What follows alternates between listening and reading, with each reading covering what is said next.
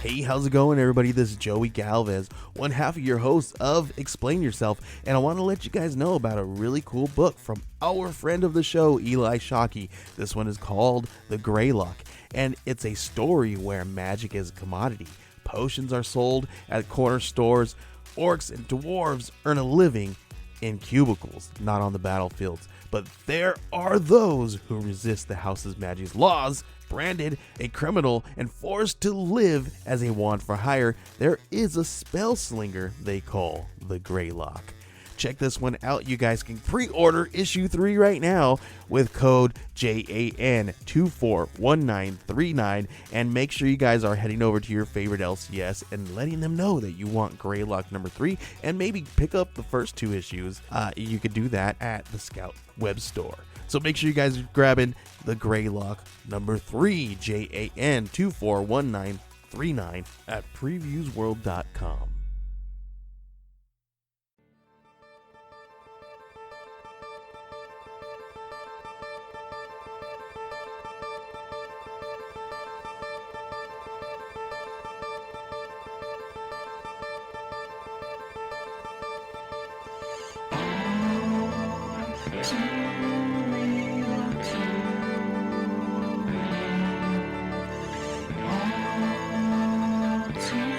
Okay, everybody, welcome to the latest episode of All Too Real 2. My name is Michael A. Collins II, and with me as always is Matthew.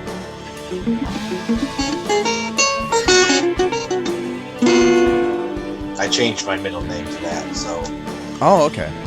not sure how you can pronounce it, but that's what it is. It's Matthew Haas. Pretty much, so. Okay. Do I have to say that every time I talk to you now?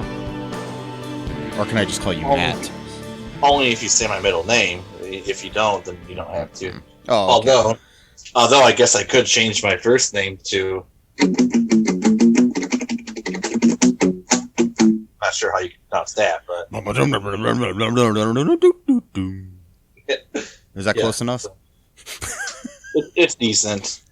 I mean, my accent's a little weird when I say it, but, you know. Yeah, it's alright. Yeah. It was actually pretty close. Oh, okay. So, I think, so I have an idea. Okay, so I saw this online, and I don't remember where, but, okay, you know how, like, most people named Matthew go by Matt? Yeah. I'm gonna just call you Thew. Get the Thew. Just take the last part of your name. Yeah, there you go. How you doing, Thew? This is my bro, Thew, man. Yes. It's kind of like Topher Grace goes by, his real name is Christopher, but he goes by Topher. So. Oh, really? Yeah. I didn't know that. Yeah. Okay, I had no idea Yes. his name was Christopher. Yeah, okay. his name's Christopher, and he just didn't want to be called Chris, so he went by Topher. Yeah. It does sound better than Chris Grace. Kind of that's not really a unique name. Yeah. And, you know, when you're in Hollywood, you got to have a name that really, you know, Pops. shines. Pops, yeah, you know. Yeah. I mean, Man. I could go by, instead of Mike, and I can take Michael and be Kel. Yeah, it's cool. I'll be Kel. Kel, man. My Kel, man. Yeah, Michael. Yeah, no. Anyway, so today on the show we are covering episode 9 of season 6 of DC's Legends of Tomorrow. This episode was entitled "This Is Gus." This is Gus. Get it? Get it? Yes. It was directed by Eric Dean Seaton, written by Tyrone B. Carter, and originally aired on July 11th, 2021.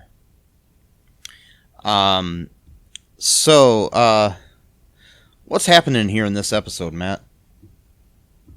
Well, first off, I'm going to ask you, Matt, what did you think of the episode? I liked it. Yeah.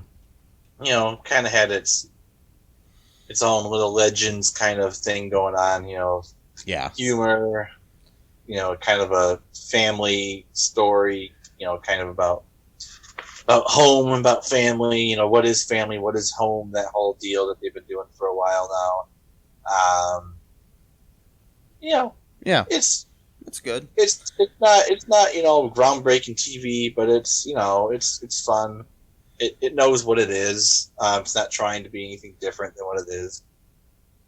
Yeah, it was an interesting episode. I liked it. I mean, it wasn't one of my favorites, but it was good. So, what happened here in this episode, Matt? Kind of picks up from the last episode when Bayard gives Nate the totem that he can use sometimes to hang out with his Zari from his timeline. Yeah. Which, I'm not sure why he never offered it beforehand, but hey, whatever. That must have been a writing issue right there. Because, I never knew how much you missed her. It's like he's literally mentioned it every single episode since the first episode. Maybe they didn't realize they could do it or something. That's what I'm wondering. Maybe, yeah. Plus plus it had been split in two. So you had to combine the two for it to work. So he had to get Zari's as well. So. Oh, okay. I didn't know that. Yeah. So yeah, he had to. So that kind of became an issue because they were looking for, he forgot. Oh yeah, I let Nate. So they're sitting there worried about well, if we summon Nate right now, what's he going to be doing? Right when we summon him, type of thing. Worried that they're basically boning. And Which turns out Nate in this bathrobe and eating cereal, so it's okay, well, that's fine. Yeah. And, So my thing is she has bathrobes and cereal and stuff inside this little world she lives in. I'm confused. Okay, anyways. No, wait a minute. Yeah, she can't play video games in there, but yet they got cereal and bathrobes. That's interesting. Maybe there's a way to get video games in there from the outside. Yeah. You can almost start doing squirreling away things for Zari to use in there. All right, well, we're going to bring in the Sega. Sega, really? We're going to bring in the Xbox or PlayStation. Well, no, she does like classic video games, so I guess the Sega Genesis would be appropriate for her. Oh, yeah. And, then we'll bring, the Fabricator or a different... That's the other thing right there. So, can the Fabricator make another Fabricator? That would be interesting. Whoa. I know, I never thought about that before, but think about it. And then you get to the point where you make another Fabricator. Can the Fabricator that makes the Fabricator make another Fabricator? Exactly. But then does it... get that Fabricator to start making Fabricators, and then the third one and the fourth one, but also the original one is also making more... So you got millions of Fabricators. But my thing is if you make a copy of a copy of a copy, it's kind of like when you Xerox a piece of paper that's got writing on it and stuff. Eventually, it degrades to the point where you can't read it anymore. No, but the Fabricator is perfect, so it won't. Oh, okay. Happen. Just checking. So Nate shows up in his bathrobe and eating cereal. And they're like, "Oh, good, we dodged a bullet because we really did not want to see them having sex or whatever, because that would be kind of creepy." And because especially too if you're watching your other self do it, which is again kind of like a whole Sylvie and Loki thing going on a little bit. Yeah. Although if you had a twin, I guess it would be similar, but still at the same time, you don't want to see your twin having sex, whatever. Anyway, so that's a discussion for a completely different podcast. It is, yes. It's like all too porn or something. I don't know what. Yes. Well, according to what you said, Disney is promoting incest because of Loki. Yeah. Whatever. Anyway, so I guess Legends of Tomorrow is apparently doing the same. No, and but they go to do their roundtable discussion where they're going to talk about their next mission or whatever, and Bayard, shows up and he's kind of really. He's always in a happy mood, but he's extra jubilant today. He's talking about smoking weed, different kinds of weed, stuff like that. And they're all oh, okay, whatever. And they end up having to go to this TV set or whatever. And he's lighting up a doobie or whatever as he does. And he ends up seeing this guy in a car, and he kind of looks at the dude, and he's guy kind of looks at him back, and he's like, oh, he recognizes the dude, and he's like, oh, you guys didn't tell me that you did a surprise birthday party for me to watch the shooting of some, like, kind of like some weed smoking TV show sitcom called Bud Stuy. That's right, Bud Stuy, and it's kind of like a show that he used to watch a lot when he was like a teenager. Like, he'd get high on the weekends and he'd watch. It's in 2023, Vancouver, British Columbia is where it's being filmed, which is interesting because Vancouver is where Legends films. Yeah, exactly. Where a lot of those shows film, and like most of the CW shows. Yeah. So, like, they kind of go along, like, Astra and them kind of go along with it. Like, oh, yeah, we totally did that, we did not forget your birthday at all, type of thing, as you do, as these kind of episodes go. By the way, so if you ever listen to our episode of The Little Mermaid Island, yeah, the pilot. By the way, if is a pilot, yeah. By the way, if you're listening to an episode that like is just like a complete piece of shit, it's usually the one I suggest. So take that as either that's a compliment to me or an insult to me. I don't know, but I'm just letting you know that's usually what it is. And that was one of the ones I picked, of course. And we had that whole episode's about how Sebastian the crab. It's the opposite though. So in that episode, everyone makes him think that they forgot his birthday so that they can give him a surprise party afterwards, which to me, as I mentioned in that episode, is really cruel, because why would you want any loved one in your life to think that you forgot their birthday? Yeah. For like the entire day, just so that you can spring a surprise party that's going to last, what, an hour, 2 hours tops? And then you're awake for 16, 17 hours of a day. So for 15 hours of your entire day, you're thinking that your best friends and all of your family and loved ones totally forgot your birthday. Not only that, not only did they act like they forgot the birthday, they're actually acting particularly cold towards you on that day, more so than they would any other day of the year. So it makes you feel even worse. Like, oh, not only did they forget my birthday, they're actively acting like I'm just in their way. Like, okay, so Ariel doesn't have time to wish your friend. I know. So it's a redo of that episode. Yeah, hold on. If you want to know the details, go ahead and listen to our episode because it's great. Just let me finish that thought. Yeah. So Ariel doesn't have time to wish your friend a happy birthday, let alone make him a gift. But you know what? She does have the time to write and sing a song about how she doesn't have time to can't spend time with him that day. She has time for that. Writing song, of course, because we all know that writing a song's really quick, right? Yeah, I mean, anyway. You write them for me all the time just to tell me that, you're going to be a few minutes late to record the podcast. Yeah, wait. Well, for me, writing a song is just as easy as throwing some Skittles into a pile of M&Ms. Ooh, that's a crossover joke. And oh. Anyway, so in this show, though, they actually did forget his birthday. Yeah, it's not a ruse, it's not a joke, but they think they struck gold because, aha, he likes this show, so we'll go and watch the taping of it's kind of like a revival of the show, I guess, because the show only did 2 seasons in the past. And well, no, this was when they were being filmed, because he's from the future. Oh yeah, that's right. Okay. So he watched him as a teenager, which would have been after the show went off the air. So it was like he was watching reruns of it. Right. Okay. Yeah, that's right. And of course, so we find out that it's really because of the alien, because all the aliens have been dispersed throughout time, and this really cute little alien falls down, crashes down, like this little pink kind of alien dude, kind of a baby Yoda wannabe. Pretty much is what they're going for. A very bad or very not as good version as Grogu it was. Yes. And yes, his name is Grogu. Get over it. And by the way, that brings up something really cute. So my great niece, I have a T-shirt with Grogu on it, mm-hmm. and I was a few days ago I wore it, and I kept pointing out. I said, his name is Grogu, and then she would repeat it. She's like, Grogu, Grogu. And then, so I wore the shirt again when I babysat her the other day.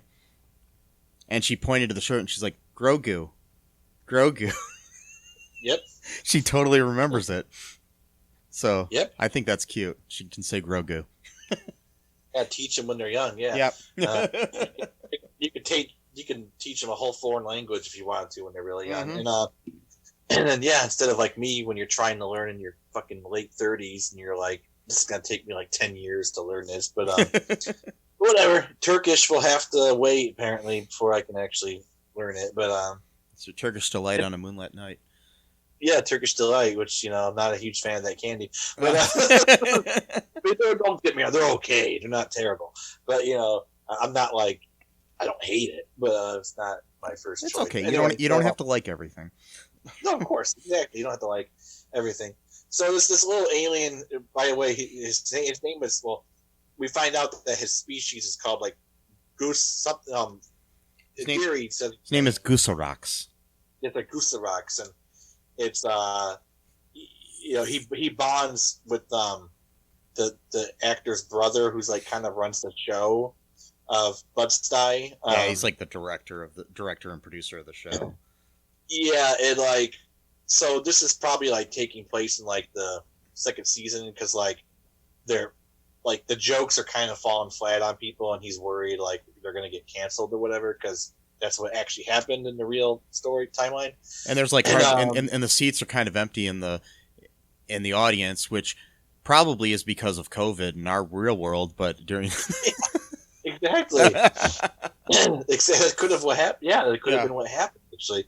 And so he kind of sees this as like a godsend, like literally, in a sense, like, like he thinks it's like a prop at first or something, or his brother does, and so he gets the idea that he wants to like incorporate this into the show now, and kind of make basically like the whole Urkel effect, Urkelmania, or any other kind of show where one character becomes like the whole show type of thing. Or your show's starting to lag in ratings, so you bring in a cute kid or something, Yeah.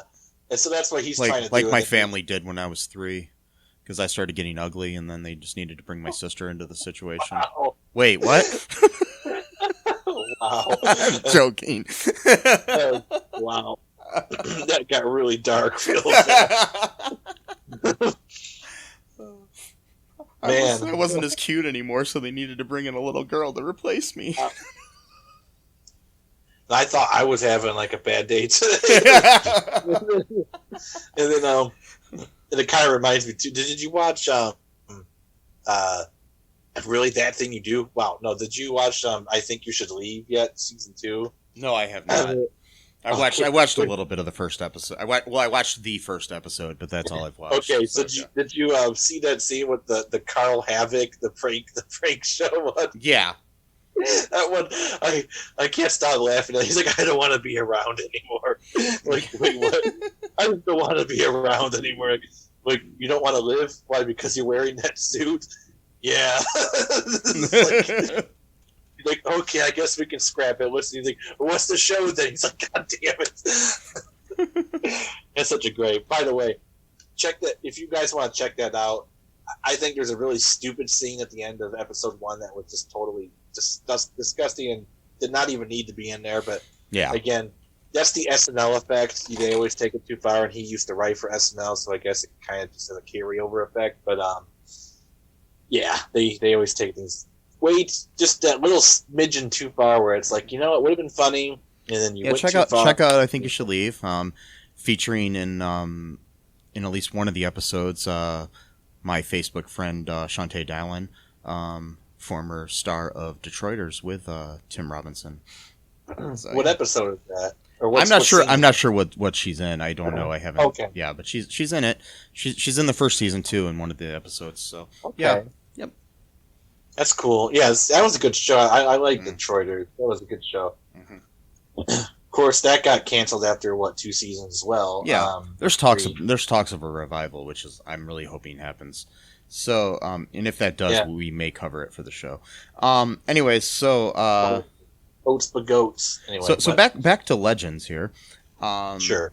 We've got so we've got this little creature they're calling Gus. Little pink baby Yoda wannabe, and they opt to incorporate the alien into the show, which ends up leading the lead man, Imran. He ends up quitting the show because he's basically upset at the direction that they're taking the show, and it's no longer about just buds hanging out, getting high, you know? Which is the greatest idea for a sitcom ever. Of course. I mean, how could you get sick of that? Just two guys smoking blunts together. Wait, and the people who are watching the show are also two guys smoking blunts together. How could that go wrong, right? Well, I don't know. They did make 3 Harold and Kumar movies. God. Yeah, that's true. To diminishing returns, but the first one was hilarious. So, anyways, yeah, the first one was pretty good. Hey, NPH wouldn't do that, okay? No. I think, unironically, I think that movie is what actually resurrected Neil Patrick Harris. Oh, it is completely, and he admits to it. Yeah, so that's so fucked up. Then How I Met Him came out a year later. Yeah, that led to him getting How I Met Your Mother, basically, in a way. So yeah. Yeah. So, and that went on for like 10 years, and then. Yeah. So that's cool. Yep. We'd just be thinking of him as Doogie Howser if it weren't for that fact. Exactly. I don't think of him that anymore. No. I think of him as Barney and a bunch of other cool shit. But by the way, Doogie Howser was an amazing show. Anyway, so yes, good. I have the whole show on DVD and I love it. Awesome. So, anyways, so Imran ends up quitting the show later on, which ends up causing, because the show ends up not being on TV because of it. It ends up being on, but a different show.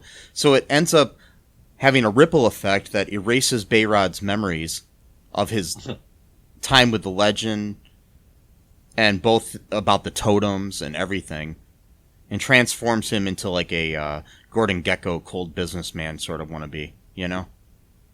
Yeah, like it was like a slow progress, because he first cut his hair a little bit first.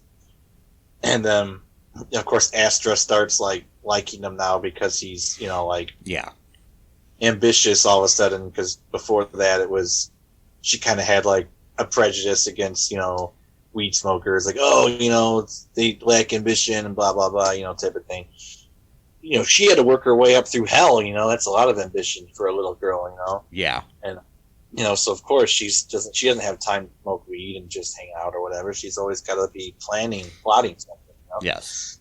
There's no time to smoke out for that. And then, so she kind of like is starting to flirt with him a little bit, like, oh, didn't know you had it in you, stuff like that. And it's like, okay, chill out, because we all know this is going to become resolved by the end of the episode. So, just don't worry about it. But yeah, he starts wearing like a suit, and then he's talking about like dividends and merchandise, and all this kind of stuff. Like synergy, the word synergy comes up, Integration, synergy, and all those big words, man.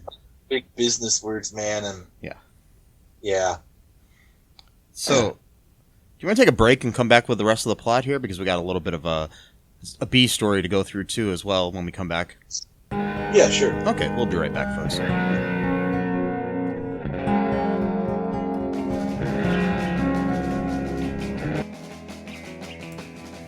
What is Gen X? What is the silent generation? What do generations have in common? Hi, I'm Trish the Dish from the Gen X Voice podcast, and I invite you to listen to conversations I have with folks from different generations, backgrounds, beliefs, and experiences in an attempt to see what connects rather than divides us. Even though Gen X has been called slackers, Karens, or not mentioned at all in some cases, we are the bridge generation, so I feel compelled to do my part to destroy ageism by bringing all these voices together. And, as a bonus, each guest gets to answer some 80s questions at the end of each show.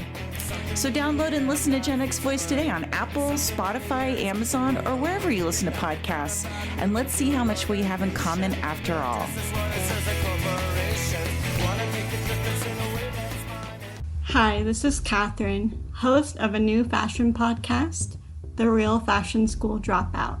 Join me as I interview guests every week in the fashion and beauty space, and we gossip on all things fashion and beauty, and even get into some personal stories of their journey in the industry. You can find us on Apple, Spotify, pretty much wherever you get your podcast. Hope to see you there.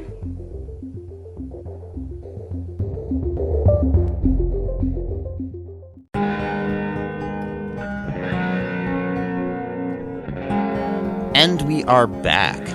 So, the Legends are trying to figure out a way to solve things, and they have Zari audition for the show to be the nosy landlord. Right. Which she doesn't get that role, and Nate ends up getting the role. Of course, Nate, Mr. Yeah. Pretty boy and chiseled jaw. They even talk about that at one time. They're like, yeah, just what TV needs, another attractive white guy. No, it's like a win for a straight white guy. Yeah, something like that. Like they finally did it. Like something like that. Yeah. Oh, God. So, Nate starts to bond with little Gus. While that's going on, but while that's going on, they basically have a B plot going on the ship, where Mick finds out that the 2023 version of Lita, his daughter, is pregnant, and so he goes off, and she comes onto the ship, and he finds out she's pregnant, and he goes off to kill her boyfriend named Nico. He doesn't kill him. Yeah. He ends up calming down when he realizes that Lita and Nico will be loving parents, and doesn't kill Nico. But with that going on, we go back to the Bud Stuy set. And the show is getting bigger and bigger because of the alien and whatnot. And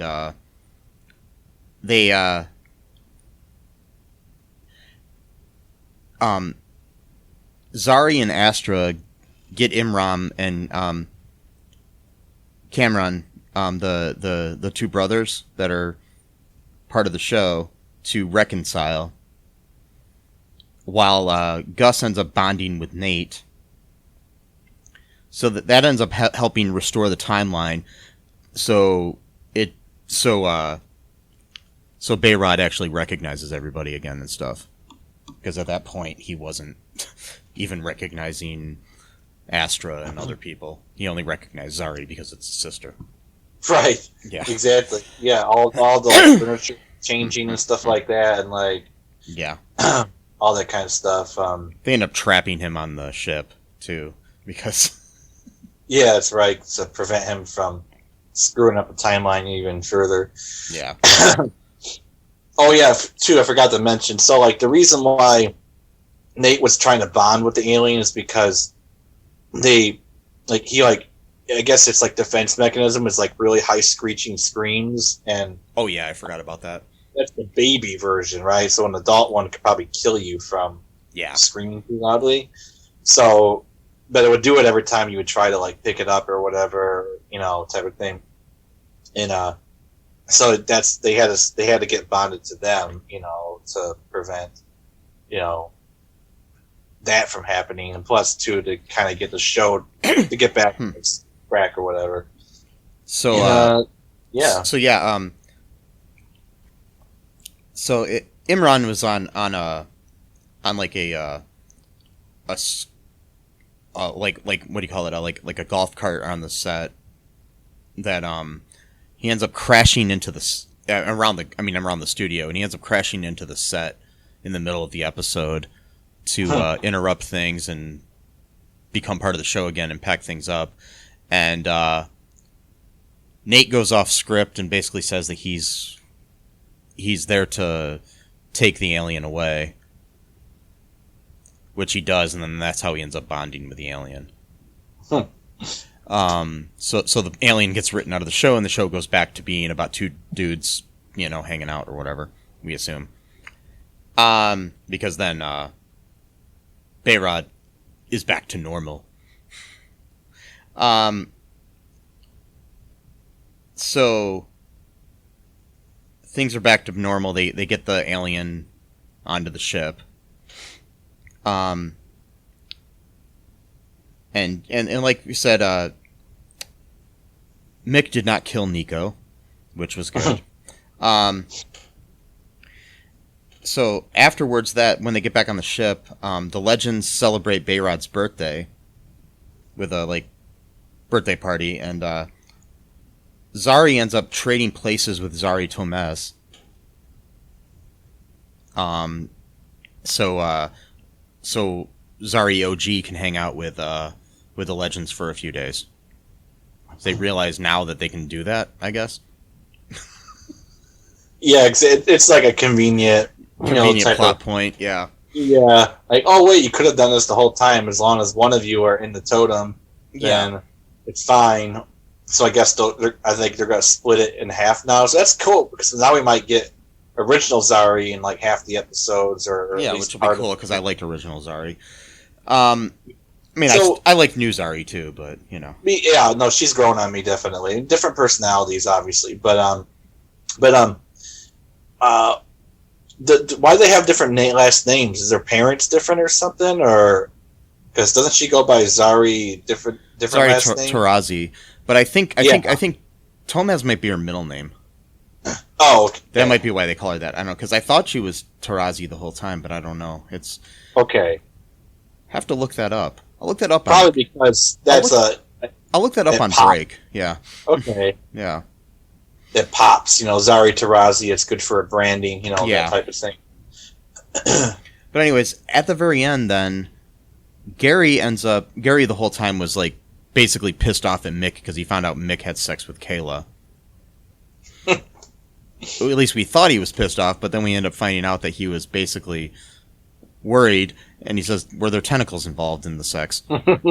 And at the very end, Mick's about to drink a beer, and Gary knocks it out of his hand and reveals to Mick that Kayla laid eggs in Mick's ears, so Mick is now pregnant. Like his daughter. Right. And that's how we end the episode. Yeah, he looks so worried. He's like, I just like that too, where it's it was mind blowing. It's well, kind of. Yep. Wow.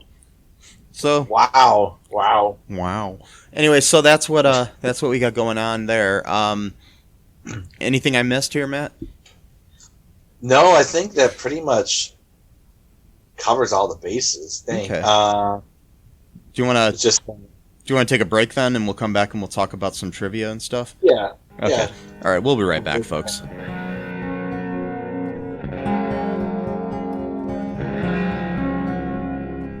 Need a new podcast to listen to? Well, why not check out the Super Podcast from the Super Network at supermarcy.com, where we discuss films and pop culture, and we do monthly fan-voted commentaries. We are available on all major podcasting platforms.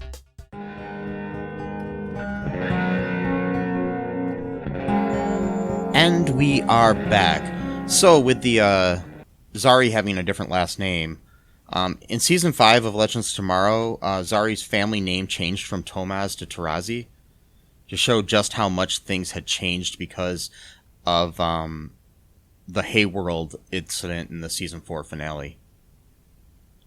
So basically, while things totally changed, where her last name even changed, there's no other explanation for it. But they're the same parents, though, right? Yeah, it's just their family name changed Oh, okay. from one variant of the timeline to another or something. It happens. Yeah. You know, Yeah, Beirut, Beirut and the Motorized, they, for a while they didn't have a last name, and then one of his ancestors had to choose one, because I guess at that point they started making people have like a last name or whatever. yeah. And then that their ancestor chose Motorized. They had like a few different choices, I guess. So I guess that sometimes. Well, it happens. And plus, if it's a different history, you never know. Somebody could have chose a different last name or whatever. Yeah. I mean, because, I know that the reason that her in the comics, there's a character with the last name Tomaz who is Isis, the character of Isis, the super. I never heard of Isis. Isis is a superhero who, in DC Comics, who they didn't use that name on the show for obvious reasons. With Isis, Yeah.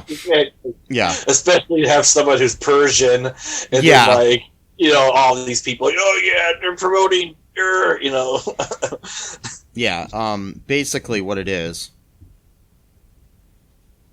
Okay, so according to Wikipedia here, Isis is a DC Comics superhero, as well as a separate Egyptian goddess, also living in the DC universe.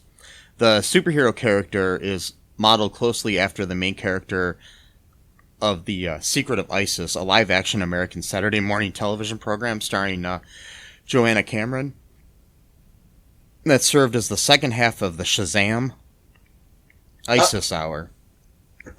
So back in the 70s, there was a live-action show that had Shazam for the first half. What? Yeah. Wow. It was a Saturday morning show. It was a live-action show. I've seen episodes of this, and then the second part had Isis as the main character, and nice. but Isis was yet to be in the DC universe at that time. They ended up taking that character and added her to the DC lineup. Even she was solely created for the television show. Nice, kind of like Spider-Woman, right? Yeah. Yeah, or like how Harley Quinn was created for the Batman the Animated Series. I like it when they do stuff like that. And Diggle is now, like, from the Arrowverse, is now a character in the comic books, but he was created solely for Arrow. So but a subsequent incarnation of the character was introduced to the DC universe in 2006 as a female counterpart to the character Black Adam, as part of the Shazam family of characters. The Egyptian goddess character has been depicted within Wonder Woman comic book. So there's two Isises in the DC world. But the one that the one that Zari is based on is from the Shazam world. Okay. So live action programs started to introduce characters inspired by Isis beginning in the 2000s. Smallville had depicted her, and but then she was portrayed as a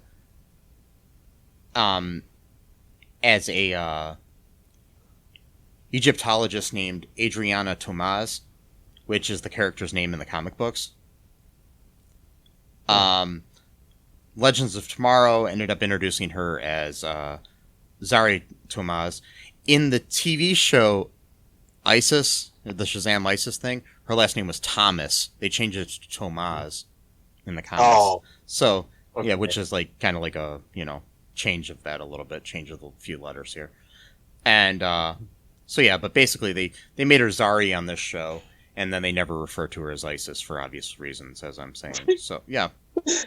They should have, just to prove a point. We're gonna name her Isis. So by the way, I think it's interesting that Isis is an actual goddess of ancient Egypt, and then there's a character who's also a goddess of ancient Egypt.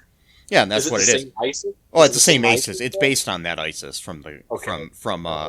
from Egypt. I mean, much like how Thor is based on a character from Norse mythology and whatnot in Marvel. Oh, right. Yeah, okay. Yeah, exactly. Yeah, so, Gotcha. yeah. Okay.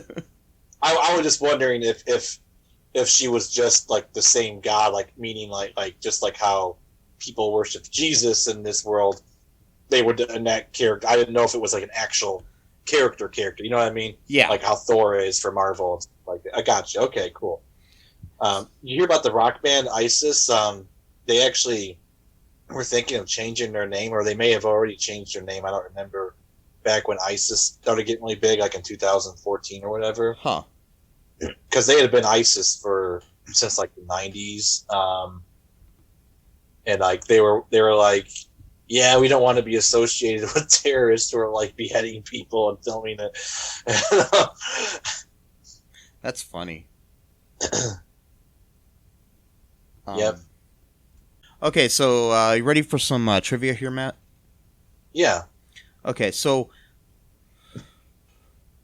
when Nate auditions for a role on Bud Stuy, he asks, "Is this for the CW?"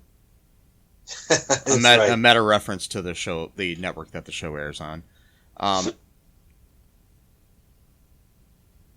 One of the Asgard puppets from Stargate SG-1 can be seen as Nick and Zari are investigating backstage.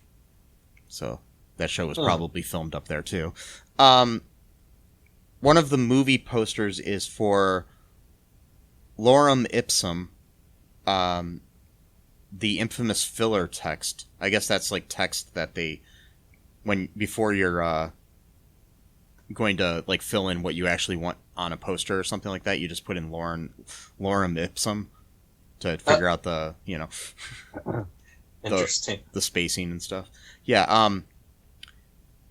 Bayrod's personality changing since his favorite TV show Bud Stuy was altered due to the arrival of the alien, who basically just took the show away from the leading actor, is similar to Raiders of the Lost Art, when Ray Palmer and Nate's career paths were drastically changed since George Lucas quit directing school and never went on to release Star Wars and Raiders of the Lost Ark. The alien taking the place of Bayrod's favorite actor is also similar to when Helen of Troy inadvertently took Hedy Lamarr's place in a movie filmed in 1937, which gained the legend's attention of Helen Hunt. Yeah. Yep, I remember. Yep, I remember those episodes. Gained the legend's attention in Helen Hunt, not of Helen Hunt. Sorry, that was totally my boggling. Oh yeah. Okay. Gus resembles or was likely inspired by Bebo. It also acts and looks a lot like the baby Yoda in the Mandalorian. So right. Yeah, right. Lita mentions donating money to AOC's future presidential run, a reference to U.S. House of Representatives Alexandria Ocasio-Cortez, also known by her initials AOC. When Zari Tomaz leaves the air totem and reunites with the legends, she notes Avalanche's engagement, nod to the ship's name between Sarah and Ava, which the ship name is like, when you put two people together, like Brangelina or stuff like that. Right. Yeah. Brangelina. Yeah. Yeah. So there's this Avalanche. I like that. Or Avalance, or whatever you want to call it. Yeah. Avalance. Avalance probably is how it should be pronounced. The episode's title is a play on the popular drama series This Is Us. It is revealed that the female Nekrians, like Kayla, lay their eggs in their partner's head through the ear canal during intercourse, and that Kayla did so to Mick, making him the host of her eggs. Mick ensures that his future grandchild has two loving parents, having failed partially with Lita and knowing his father, Dick Rory, failed completely with him as well. So yeah, so that's a little bit of that's what we got for trivia here, Matt. Any other thoughts here before we wrap things up? What was I gonna say? Oh yeah. So, just like with Sebastian, Bayrard can go fuck himself because they forgot his birthday, but they didn't eventually, so it was fine. Yeah. I would like to play a little happy birthday tune to Bayrard if he's listening. Okay, sure. Or if the actor is listening, perhaps. I don't know. Go ahead. I really like his acting, and I want to be his friend if that's possible. Anyway, so here it is. This is a happy birthday Bayrard song, I guess. Okay.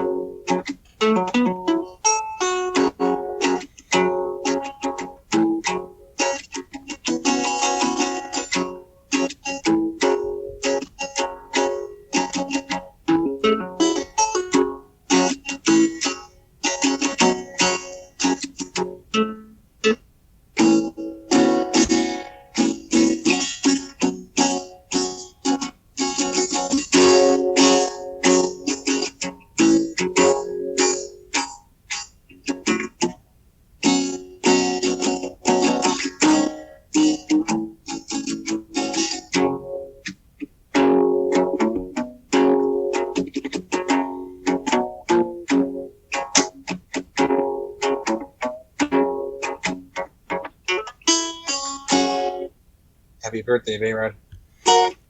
That was awesome. Okay, so, folks, hope you enjoyed this episode. If you did, please go on Apple Podcasts and give us a 5-star review. If not, go on Apple Podcasts and give us a 5-star review. If you were just kind of wishy-washy on it, go on Apple Podcast and give us a 5-star review. We're 5-star men. Give us a 5-star. It takes like 2 seconds, people. Come on, you can do it. Anyways, check out our TeePublic. Check out our Patreon. Check out all2real2.com to find all of our links and social medias and everything. We're on TikTok now. I don't know what we're doing with it yet, but we're on there. You can follow us on there. We may do some of the ticking and the talking.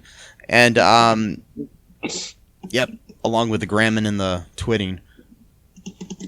We should get a MySpace page. Yes. Good times. Yeah. I don't know what to do on there yet, but we got one specifically for the podcast. The other, our Twitter and our Instagram and stuff are for Cullen Park Productions, which covers the podcast and all of our other projects with Cullen Park. Anyways, yeah. Everybody go out and tick and talk. Ticking and talking. And message me at mike@cullenpark.com so I can figure out what the hell you do with TikTok. I don't get it. I really don't get it. Okay. You make short videos, I guess. I don't know. Yeah. Maybe we'll do some behind-the-scenes stuff or something once Matt's back in the studio or something. I don't know what we'll do. We'll figure something out, folks. And, you know, if you want Matt and I to, like, lip-sync to some song by Olivia Rodrigo or something, we'll do that. I don't know what we're going to do. You know, I'm just saying, whatever. I don't know what the kids are into these days. So, just let us know, folks. And, you know, until next time, folks, be kind to each other. Wear sunscreen and wear a condom. Bye-bye. Thanks for listening to All Too Real 2 podcast, a Cullen Park production. Produced and edited by Michael E. Cullen II. Music by Matthew Hawes. Subscribe and share the show. Visit us at cullenpark.com.